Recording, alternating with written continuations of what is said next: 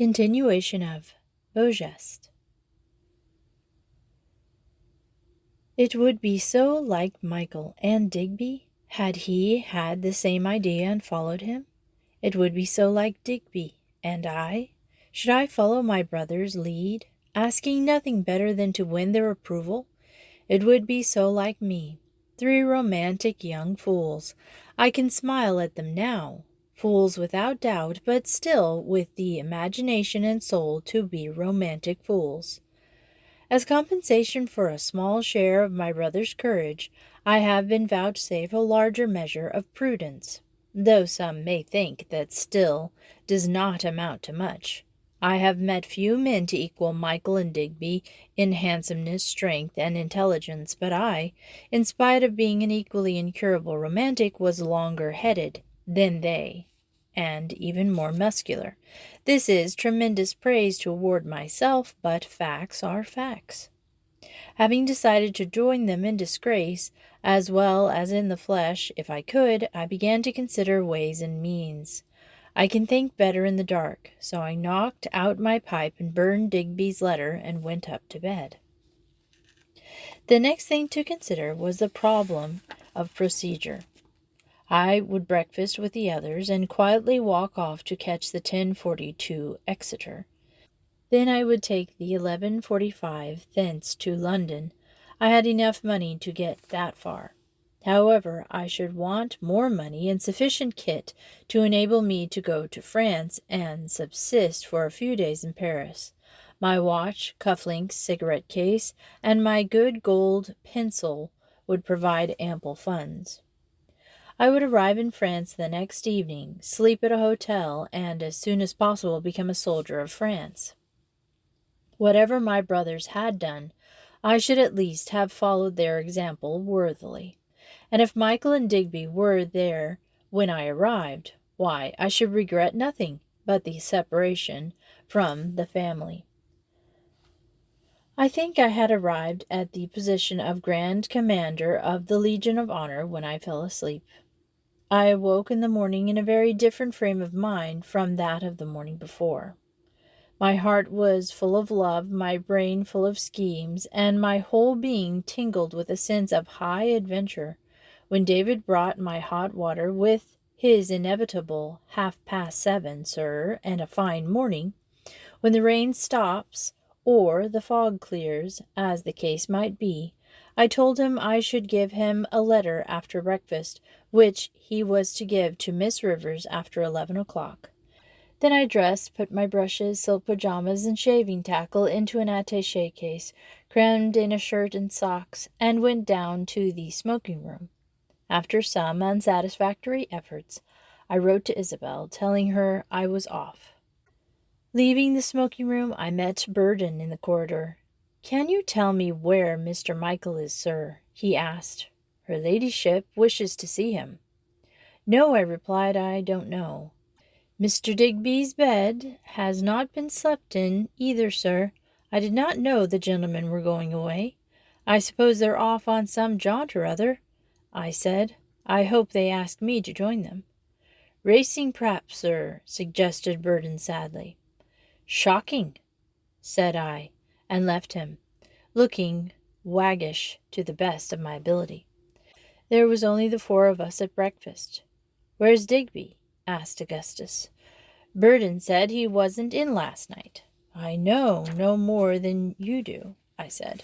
"Funny, isn't it?" he sneered. "Most onerous. Perhaps Aunt will think so, too. First Michael and then Digby, after what she said about not leaving the house." "Ought to have consulted you first, Gussie," said Claudia. "Looks as though they didn't want to consult the police, if you ask me," he snarled. "We didn't ask you, Gussie," said Isabel, and so the miserable meal dragged through. Toward the end of it, Burden came in. "Her ladyship wishes to see Mr. Digby," he said to the heir. "Want a bit of doing, I should say," sniggered Augustus. "He's not here, Burden," said I, looking under the table. "No, sir," replied Burden gravely, and departed, but a few minutes later he returned. Her ladyship would like to see you in her boudoir after breakfast, sir, said he to me.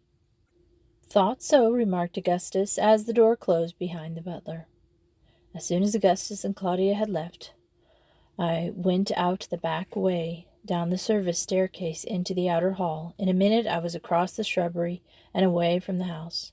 20 minutes walking brought me to the station, where I booked to Exeter, thus with a bigger lump in my throat than I had ever known since I was a child. I set out on as eventful a journey as ever a man took. I remember nothing of this horrible journey from Exeter to London. It passed as a bad dream, and I awoke from it in Waterloo Station. I found that London was a very large place. Walking out from the station, I knew that the first thing to do was to convert my disposable property into cash, a distasteful undertaking, but essential to further progress. As I walked down a mean street towards Westminster Bridge, my eye fell upon a pawnbroker's shop. I entered it and left 5 minutes later, having been relieved of not only my watch, cufflinks, cigarette case, and gold pencil, but also my attaché case, which contained everything I needed for the night. The £5 that I received for all these possessions was half what I had expected for the watch alone. Crossing Westminster Bridge with a total of about £10 in my pocket and misery in my heart, I made my way to Trafalgar Square, sorely tempted by the smell of food as I passed various restaurants. It occurred to me that it would be cheaper to dine, sleep, and breakfast at the same place. So, asking a passer-by where I could find inexpensive lodging, I was directed to Bloomsbury. I ordered and had dinner, bed, and breakfast for a surprisingly small sum. But after sleeping in such a place, I was glad to get away, having been shaved and shampooed at a barber's in Oxford Street. I went on my way, feeling more my own man again, to Dover. There I boarded the cross-channel steamer. At Calais, the sight of a French soldier, a sentry near the customs house, gave me a real thrill. Was I actually going to wear that uniform in a day or two? A cappy, baggy, red breeches, and a long overcoat buttoned back from the legs? However, on arrival in Paris, I had no idea how to offer my services to the French as a mercenary soldier, so the first thing to do was to find a roof and bed while I set about the quest. My knowledge of Paris hotels was confined to such as the Bristol and the Ambassadors, but I knew these to be expensive, and places at which I might meet acquaintances. On the other hand, I did not want to blunder into an obscure cheap hotel, a foreigner without luggage, and run the risk of a visit from a police officer. Therefore, I was struck by a whimsical idea. Why not seek advice from the police themselves? Sauntering along the noisy, busy thoroughfare that passes the Gare du Nord, I looked out for a gendarme. Presently I saw one standing on an island in the middle of the road. He stood silent, heavily caped, oppressed by great responsibilities. Crossing to him, I raised my hat, and in my most polite French, which was not bad, thanks to a French governess in my youth, asked him if he could direct me to a quiet hotel. Moving his eyes, but not any other position of his majestic person, he examined me from top to toe. "Monsieur is English," he pronounced. I acknowledged the truth of his statement. "Hotel Normandie, Rue de l'Arclay." Then the all-seeing official eye left me and sought among the traffic. A white-gloved hand was suddenly raised, and an open cab driven by a manly capped gentleman, who did not look like a teetotaler, approached. The gendarme told the cabby where I was to go, and gave me a military salute as I thanked him, raised my hat, and stepped into the carriage. After a beautiful drive through Paris, my heart sank as the cab drew up before a fashionable-looking hotel, At a busy corner close to the Rue de Rivoli, it looked expensive, trying to appear unconcerned. I entered the hall, received the bow of an imposing porter, and marched straight past the grand staircase to the office, where a pretty girl was talking to an American in American. This was good luck. I could make a much more convincing show in English than in French. Standing near, I waited for the American to go. Meanwhile, it was impossible to avoid hearing what the square-shouldered gentleman was saying. When at length he took his key and went, I turned to the girl. She seemed to be chewing gum. "So you were raised in Baltimore," I cried. "Prettiest girls and best cakes in America." "My," said the young lady, smiling. "You know Baltimore?" "Know Baltimore?" said I, and left it at that. Lots of Americans and English here. I suppose since the hotel folk are lucky enough to have you in the office, I suppose you speak French as well as any Parisian." "Yes," she said, "almost as well as I speak English. And there were a lot of Americans and Britishers here." "Fine," said I. "I want to turn in for a day or two just to sleep and breakfast. All upset at my place. Very true indeed. Got a room?" "Sure," said my fair friend, and glanced at the indicator. 14 francs. Going up now." She unhooked a key and handed it to me. "The bellhop will show you." "Not bringing any luggage," I said, and drew my entire fortune from my pocket as one who would pay in advance. "Shucks," she said, and from this I gathered that I was deemed trustworthy.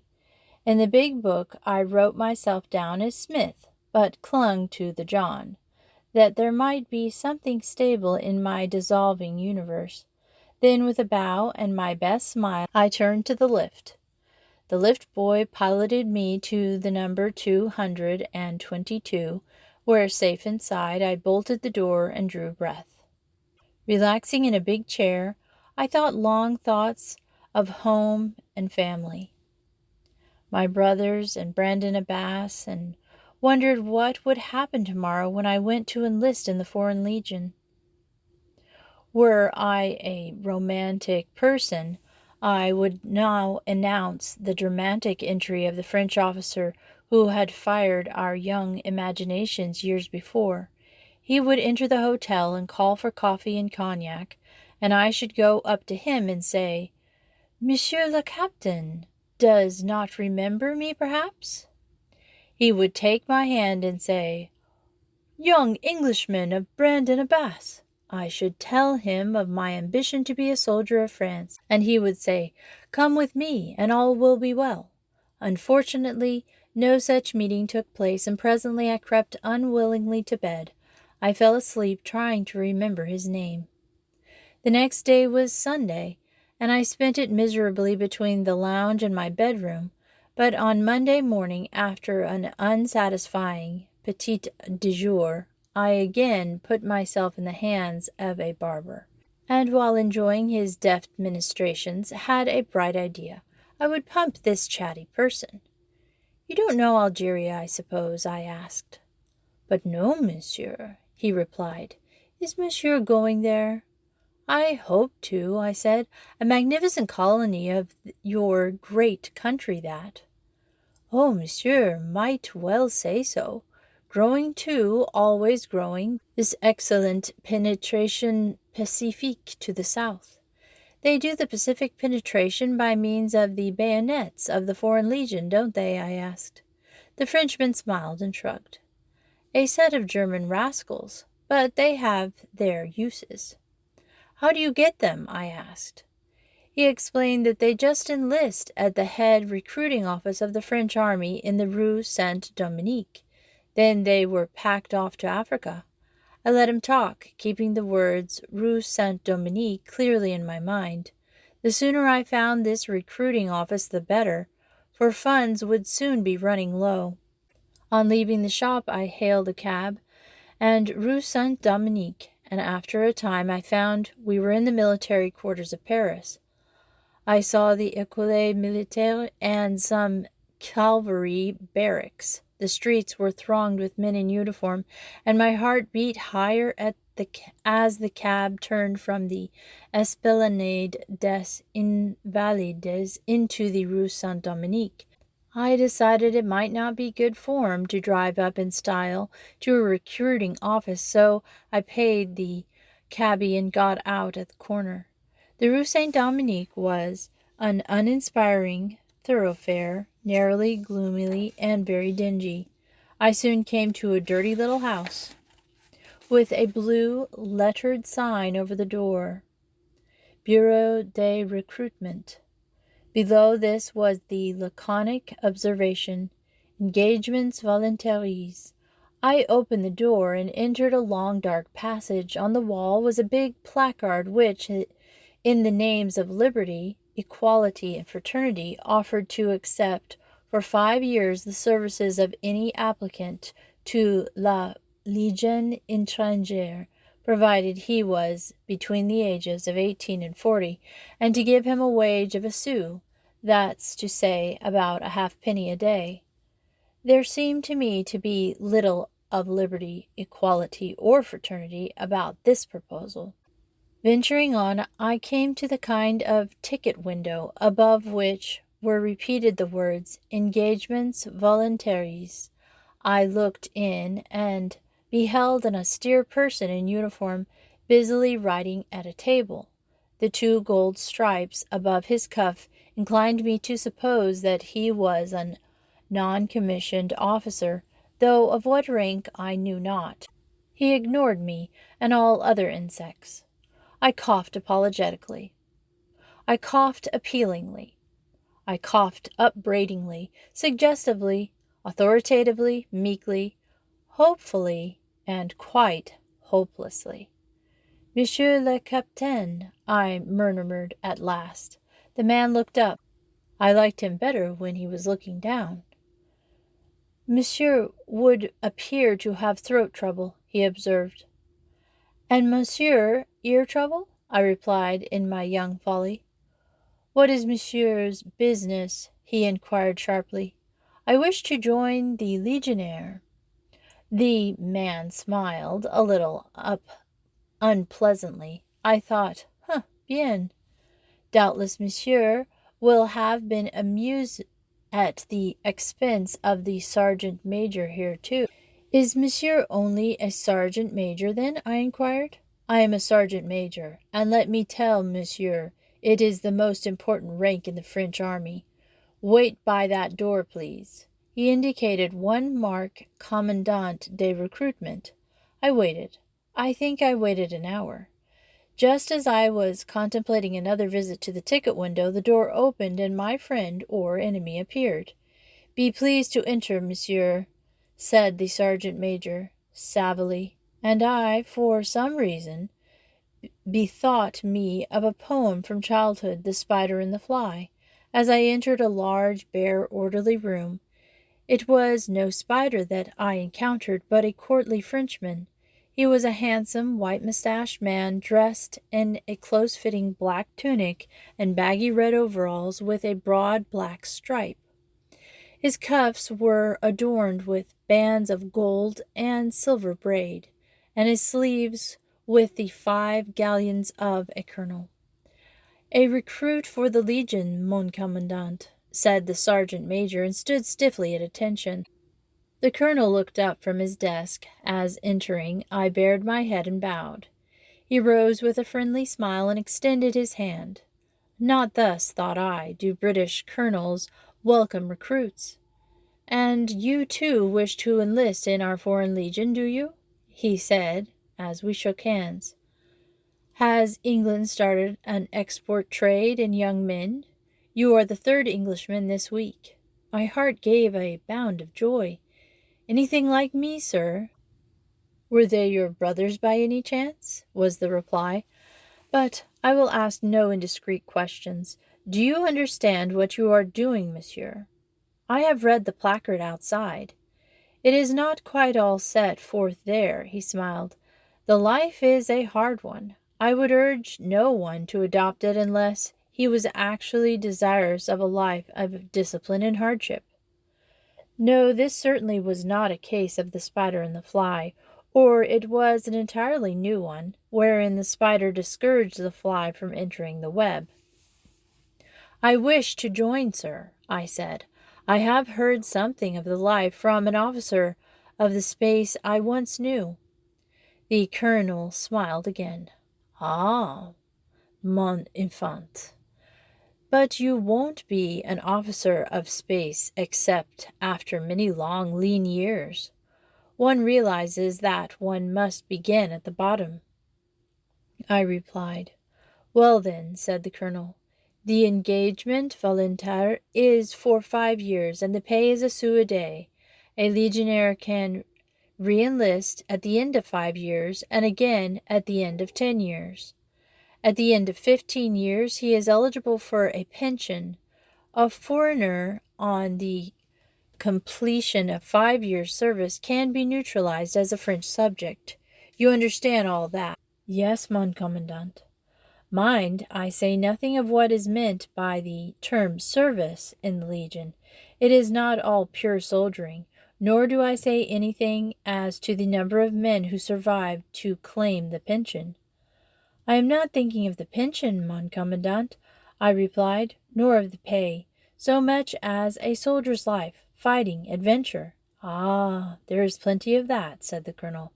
Some of our most famous generals have been in the Legion.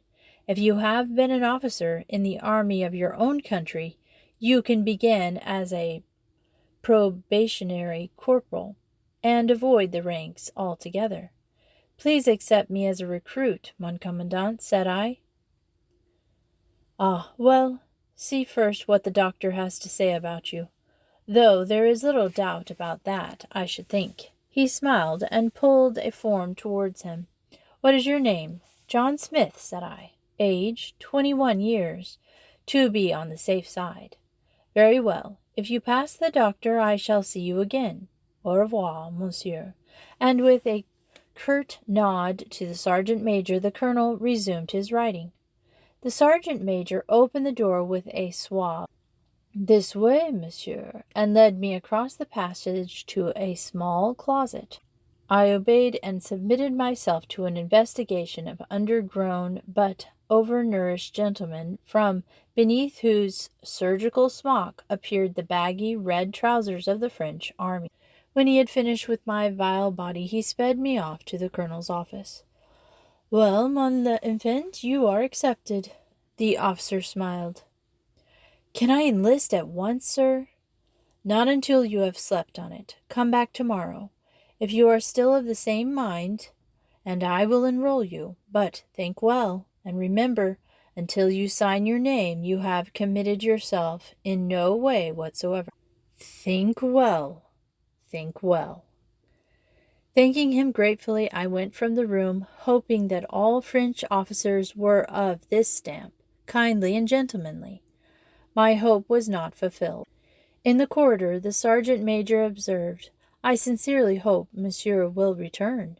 And as I assured him that I would, I fancied, rightly or wrongly, that his smile was a little mocking. Emerging from the gloom, I walked down the Rue Saint-Dominique with a light, happy step. I could have danced, for I felt certain that Michael and Digby were but a day or two ahead of me, and that I might overtake them at any moment. I spent the rest of my last day of freedom in sightseeing and idleness. The next morning I paid my bill and departed from the Hotel Normandie with a curious sense of escape. Back at the Bureau de Recruitment, I was shown in a waiting room by the same sergeant major, who observed, "Ah, monsieur has come back. Good," and smiled unattractively. In the waiting room were half a dozen few recruits. They were a mixed lot, apparently with nothing in common but poverty. Before long the sergeant major returned and bade me follow him in the colonel's office. "Ah, mon infant," said the soldier, as I entered and bowed. "So you have not thought better of it, eh?" "I wish to enlist, mon commandant," I said. "Then read this form and sign it." He sighed. "Remember, though, that as soon as you have done it, you will be a soldier of France, amenable to martial law and without appeal. Your friends cannot buy you out, your council cannot help you for 5 years. Nothing but death can remove you from the Foreign Legion. I glanced over the gray printed form. 5 years was a long time, but I am sure I would find it adventurous. It would be nice to return a colonel at 25 and perhaps meet Michael and Digby in the Legion. I signed my name. The colonel smiled on reading my signature. A little error, mon l'enfant, he said. Or you prefer this, mon de Grue. I had written J. Geste. Blushing, I asked to be allowed to change my name, and the kindly old gentleman, tearing up the form, gave me another which I signed John Smith. Now, my boy, listen to me, he said. You are a duly enlisted soldier of the French, and must join your regiment at once. You are to catch the Marseille train from the Gare de Lyon this evening, and report at the other end of Fort Saint-Jean. He rose and extended his hand. I wish you good luck and quick promotion. I thanked him and entered to commence my ride along the path of glory. Come with me, recruit, said the sergeant major, as he closed the door, and move smartly.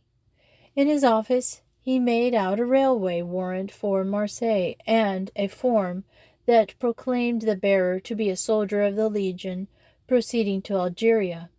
He then unlocked a drawer and doled out 3 francs. Subsistent money, recruit, said he. A squandering of public funds, 3 sous would be ample. I put another 2 francs on the table. Let us part friends, Sergeant Major, said I, for I hate leaving ill feelings between me and you, if I can avoid it. Recruit, replied he, pocketing the money. You will get on only if you respect all sergeant majors. Goodbye.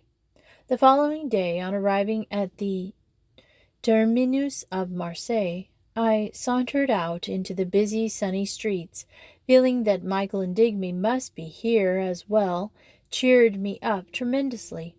But by the time I reached my destination, my head was beginning to ache with the heat and the hustle.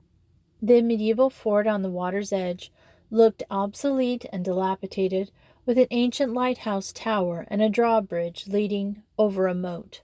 The sergeant of the guard at the gate, I half expected to see him in breastplate, with trunk hose, ordered me to follow him along prison-like stone corridors, damp and very depressing. He opened a door, jerked his thumb in the direction of the interior, and shut the door behind him. I was in my first French barrack room. Round the walls stood a score of cots and numbers of benches, on which lounged an assortment of men in civilian clothing, clothes ranging from lounge suits to rags. Michael and Digby were not among them. I felt a bitter disappointment. The recruits looked at me, but though conscious of their regard, I was much more conscious of the foul atmosphere of the room. Every window was shut, and every man, as well as the charcoal stove, seemed to be smoking. Instinctively I turned to the nearest window and wrestled it open. To judge by the consternation evoked by my action, this was the first time a window had ever been opened in Fort St. Jean. At a table, 3 or 4 men were playing cards, and cried out with great surprise and resentment. Ignoring them, I seated myself on the cot nearest the open window. Like the ceiling raised any? Inquired a drawling voice behind me in English. Turning, I regarded the ceiling. No, I said, it will do, and studied the speaker. He was lying on the next cot, a small, clean-shaven man with a prominent nose, steel-trap mouth, and a look of great determination. His eyes were light gray, penetrating, his hair straw-colored, with his face tanned. How did you know I was English? I asked. What else? He replied. Pink and white. Who's that low fella? Don't know him, do I? Dude, open all the windows now. I've come. British. I laughed. Are you American? Why? What else? I drawled. Don't care who owns the earth. Contempt for the effete English, tar and feathers and stars and stripes. I come from God's own country, and I guess it licks creation. Uneasy self-assertion. The American smiled. I never heard him laugh. Beau, said he, turning to the next cot, here's a Britisher insulting of our own country. Fierce, ain't it? A huge man slowly raised his head, ceased chewing, and regarded me solemnly. He then fainted with a heart-rending groan. Killed my pard, you have, said the little man. He's got a weak heart.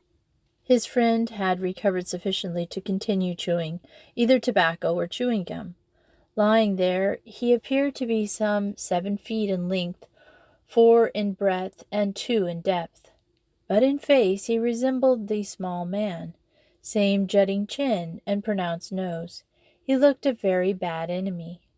Conversely, though, I gained the impression that he might be a very good friend. Indeed, I liked the look of them both, despite the fact that I seemed to fill them with amused contempt. Says you suffers from uneasy self-insertion, Hank, went on the little man. Ain't inserted nothin' today, buddy, replied the giant mildly. I could insert a whole hog right now and never notice it. Means well, said the other, but he ain't had nothin' except cigarette ends for the past 4 days, and he ain't at his best. I stared. Certainly they looked haggard enough to be starving. I had felt bad after missing a single meal.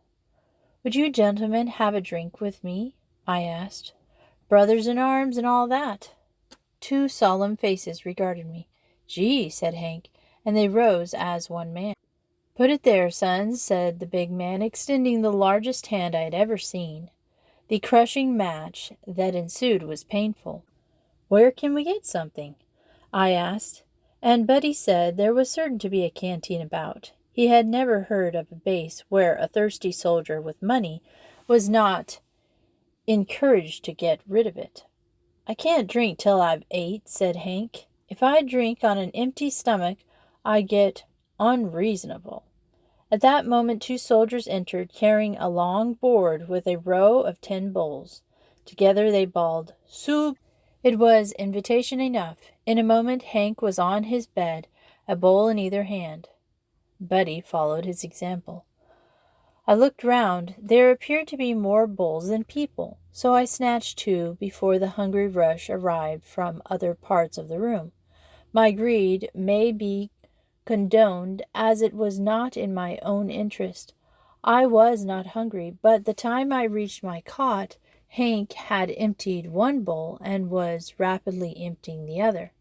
When he had finished, I offered him one of mine. Honest? He asked doubtfully, but extending his hand. Had a big breakfast an hour ago. I got this for you and Mr. Buddy, said the little man, and took the other bowl. Hank swallowed his 3rd portion. You're sure swell, pard, he said. Blowed in the glass, agreed Buddy, and I felt I had 2 friends. A large German lumbered up. You eat dare, he shouted at Hank. I only eat ven, you dirty thief. Sure thing, Dutchy, said Buddy. Make him put it back. The German shook a useful-looking fist under Hank's nose. I can't put it back, Dutch, said Hank mildly, but finally, as the German waxed more aggressively, he laid his huge, soupy hand upon the fat face and pushed. The German staggered and sat down, looking infinitely surprised. Now, pard, said Hank to me, I could look upon some wine with no evil effects. And we trooped out. The big quadrangle of Fort St. Jean was crowded with soldiers of every regiment. The place was evidently the clearing-house for all soldiers coming from or returning to Africa. For the first time I saw the space of whom the French officers had talked. The trousers were voluminous. They wore sashes that appeared to be yards in length and feet in width. In these they rolled each other up, one man holding the end while the other spun towards him. Gaudy waistcoats, jackets, fezzes, and vast scarlet cloaks completed their costumes. Following a current of men towards a suggestive-looking squad of wine casks outside an open door, we found ourselves in a canteen. We made our way to the counter, where everybody was drinking cheap claret. "Drinks are on you, pard. Set 'em up," said Buddy. "Gotta get used to wine with the other deprivations," sighed Hank, and he drained the tumbler I had filled. "Yep," said Buddy. "Guess they don't allow no hard liquors in these furrin canteens." "Set 'em up again," remarked Hank. I produced them a second bottle. Turning away, I observed the noisy throng around me. They were a devil-may-care, tough-looking crowd, and I found myself looking forward to being in uniform and one of them. As I watched, I saw a civilian coming towards me. I had noticed him in the barrack room. Although dressed in a shabby blue suit and burst shoes, he looked like a soldier. His face was bronzed, disciplined, and of a likeness to those around. "Recruits for the Legion," he said pleasantly, with only the slightest foreign accent. "Would you care to exchange information for a bottle?" He wore an ingratiating smile which did not extend to his eyes. "I should be delighted," I replied, and put 2 franc piece on the counter. He chose to think that the money was for him and not for the man behind the bar. "You're a true comrade," he said, "and will make a fine legionnaire. Ask me anything you want to know." And he included the 2 solid Americans in a graceful bow.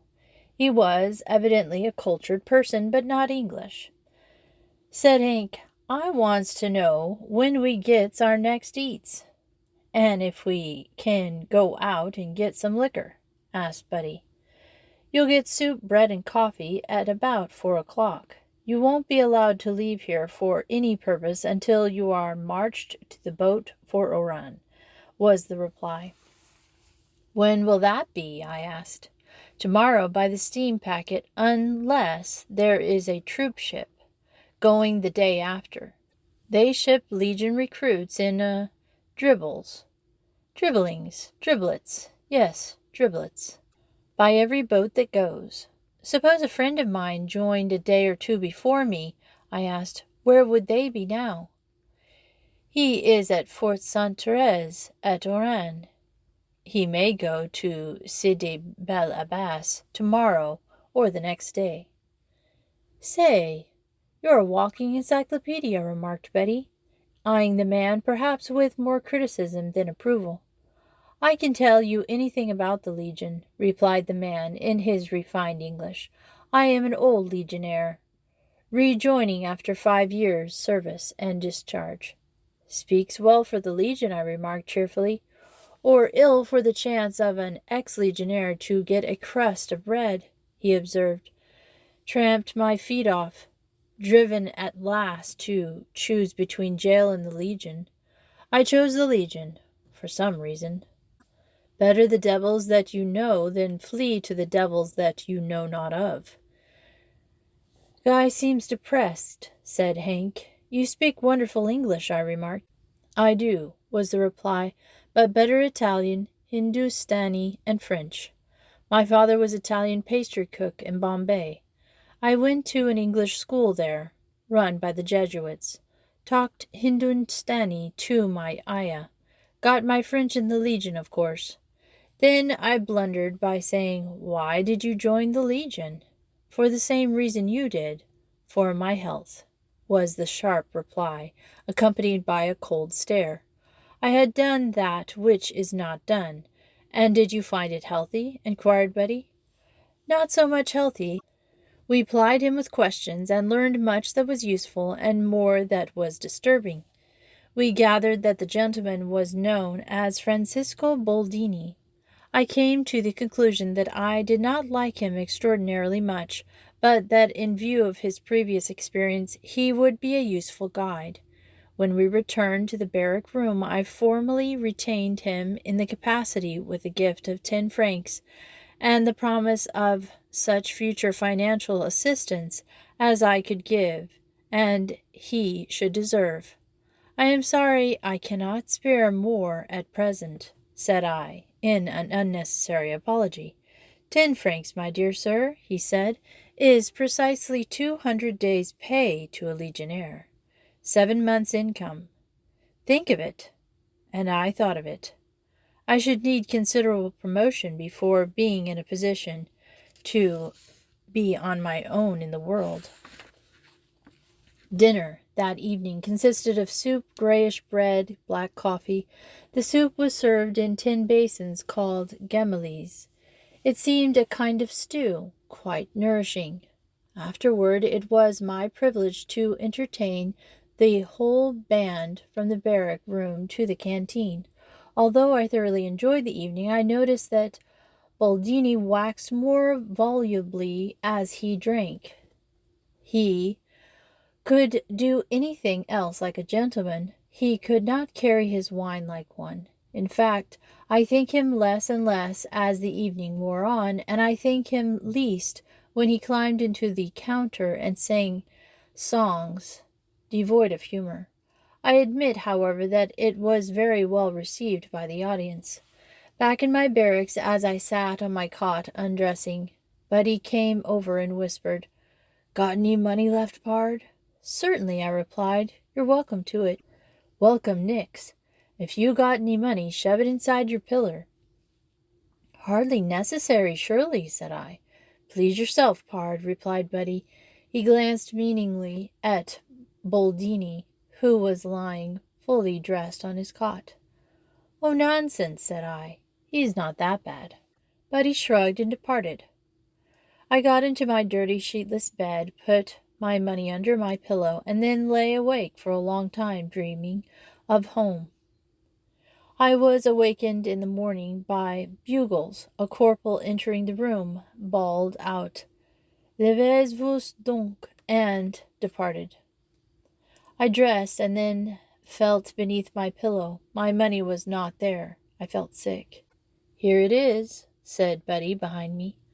"Thought I better mind it when I heerd your nose sighs."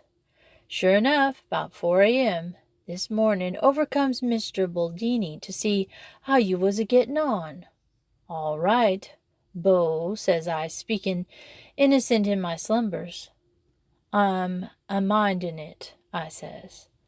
And Mr. Boldini says, "Oh, I thought somebody might try to rob him." "So did I says, and I was right, and the skunk scoots back to his hole." "Thanks, Buddy," I said, feeling foolish. "I tried to put you wise," he said. "Now you know." That afternoon we assembled in the courtyard, formed in fours, and marched, and went to a steamer that awaited us. We were herded onto it, this aged packet, for a miserable 3 days' voyage. And we will continue this story next Friday or Saturday. Thanks for listening to Miss Retro Reads.